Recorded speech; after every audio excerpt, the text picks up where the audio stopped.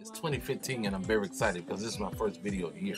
I wanted to elaborate on a quote someone posted in Facebook for me, and I think it's a great quote. It says, "There should be private practice before a public performance." Now, this was inspired by me having conversation with a group of singers and musicians. And, we've all encountered people that took the liberty to take the stage publicly before they, put the time in privately. And I began to think about that a little bit later on in the day, and I was very, very impressed that, it should not be limited to just, singers and musicians. Now, I'm a pastor, but I know everybody that's listening to me is not a pastor, but I think that, that principle would apply to, whatever your calling is in life.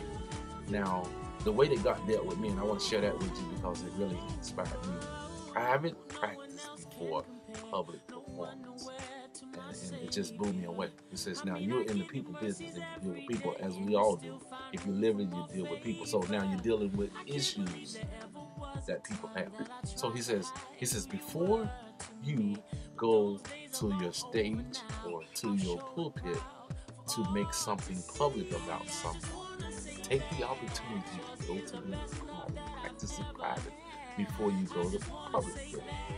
Now, that's major because when you go private to people with an issue, they discover that you're really concerned about it because you took the time out to come to me private.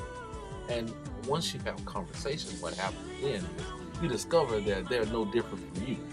They're in a moment because of something that happened in life, but you don't discover this until you have private conversation. Now, this is not about a photo op. This is not about looking good. This is about helping somebody. See, this principle should apply even when we are marching for a cause. I think that it should be illegal.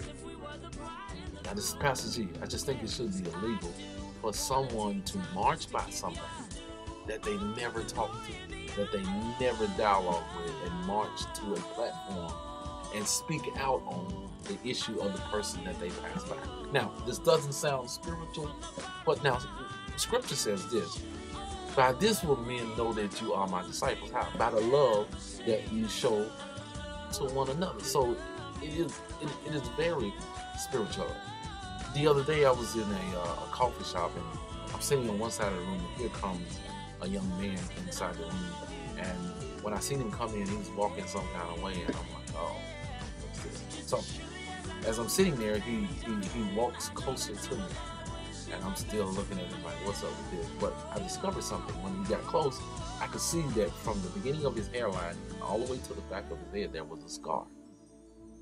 And this was something that I couldn't see across the room. See, love requires intimacy. You got to get close.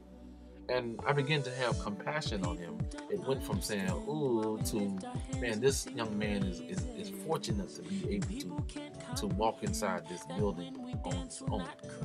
And this is what is going to require for us to get better, is private practice. We're going to have to, see, this is not about a photo op. This is not about someone seeing us do something. See, Scripture says this, that if you do it in private, you will be rewarded open.